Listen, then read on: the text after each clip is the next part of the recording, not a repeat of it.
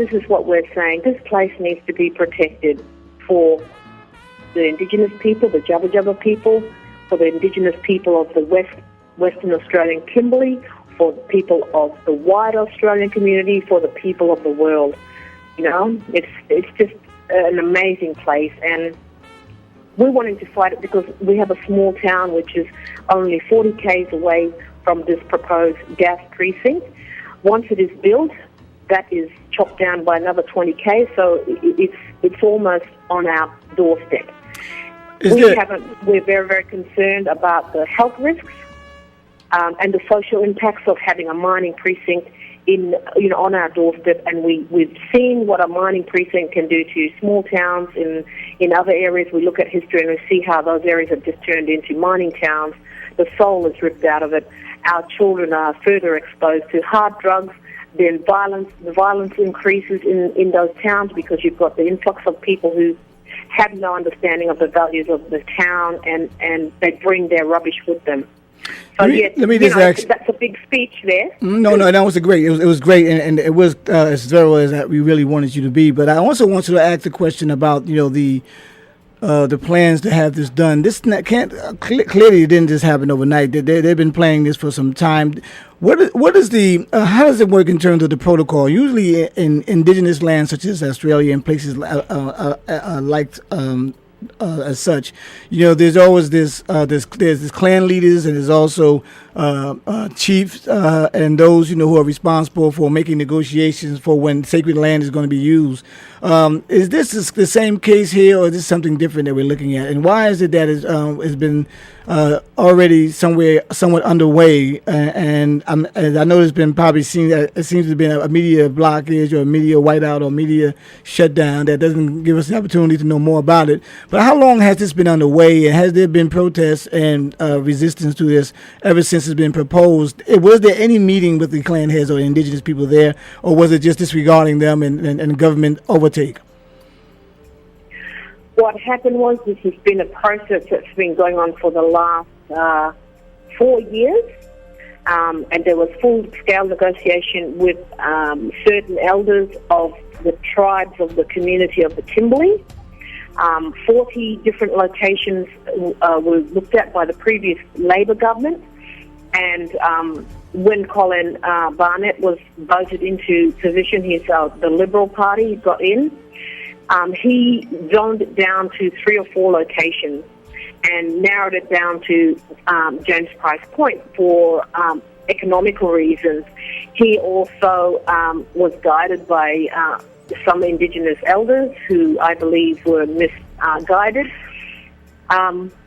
We then went into a process called compulsory acquisition, which is an action that is taken by any government where they can come in and take your land, and really you have no say. So we had the gun to our heads, and that's the elders as well, and they were told, if you don't go with this and say, yes, we're going to take your land anyway, and if you do negotiate with us and talk to us, you're going to be able to negotiate the best deal possible.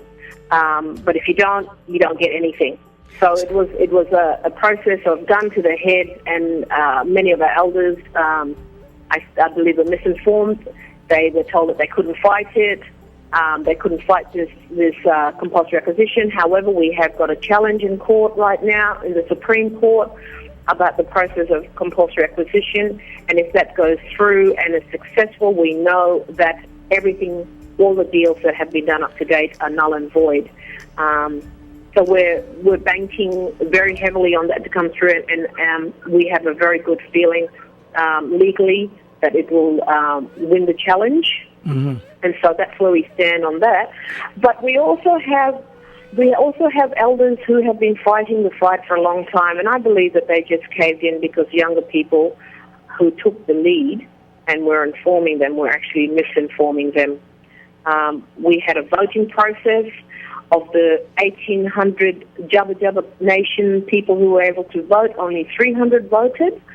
And of the 300, 168 said yes to the development, 106 said no. So in terms of the Kimberley Land Council voting process, there was not a clear mandate. They should have got, 75% of that vote. So it was a very close vote, and lots of Jabba families were locked out of the process. So, so are families living or residing on the land? Is the land just useful land for cultivating in terms of farming or gardening, or what is the land used for at this time? The cultural aspect of the land is fishing and camping, but also recreation and ceremony.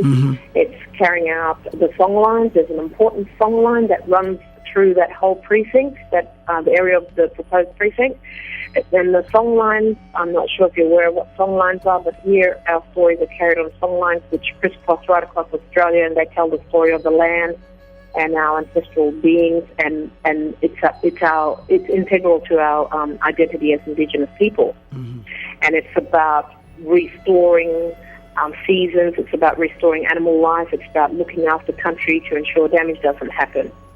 So that is one of the major song lines runs through where this gas precinct is going to be put. And how many hectares of land is there? Again, remind us how many hectares of land is there?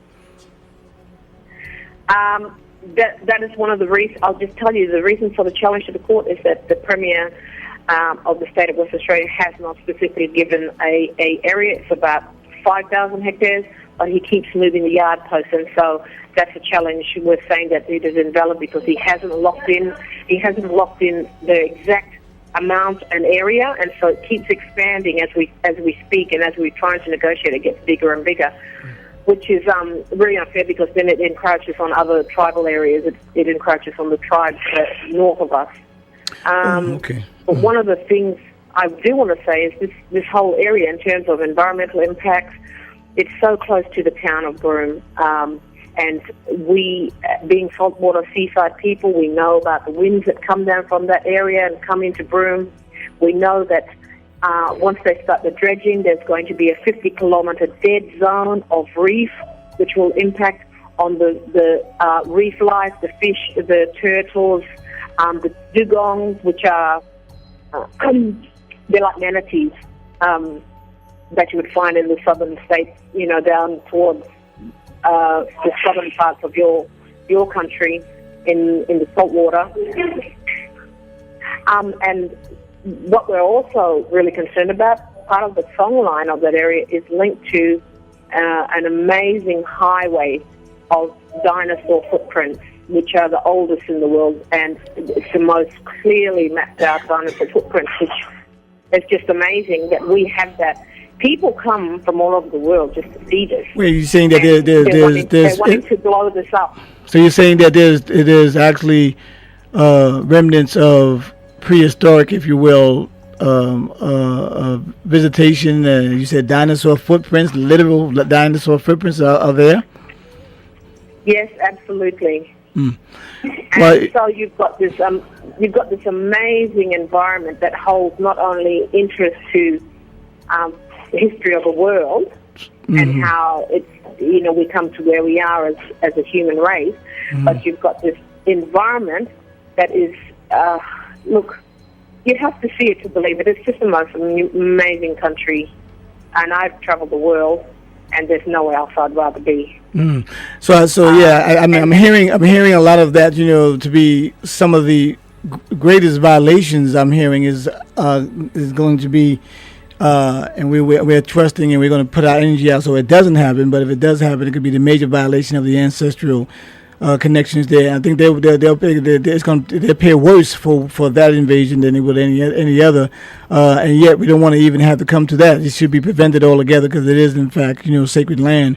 And from hearing, it sounds like you have your own Jurassic Park of sorts there. I really would like to talk more about this, and I want to see how we can support getting the word out and what people can do. Is there a mail-in, write-in campaign, or what can people do to support to let the government know that our eyes are on this actual very important process?